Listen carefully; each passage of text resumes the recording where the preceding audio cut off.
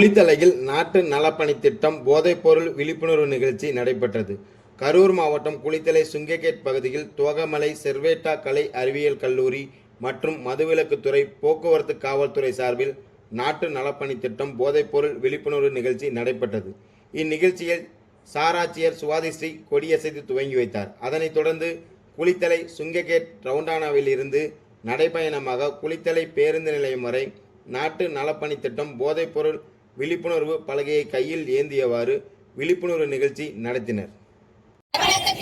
ஆளாக மாட்டேன், மேலும் எனது குடும்பத்தினரையும் நண்பர்களையும் போதை பழக்கத்திற்கு ஆளாகாமல் தடுத்து அவர்களுக்கு அறிவுரைகளை வழங்குவேன். போதை பழக்கத்திற்குள்ளானவர்களை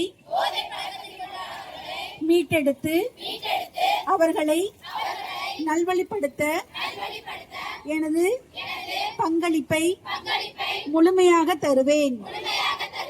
போதைப் பொருட்களின் உற்பத்தி, நுகர்வு, பயன்பாடு ஆகியவற்றிற்கு எதிரான தடுப்பு நடவடிக்கைகளின் மூலம்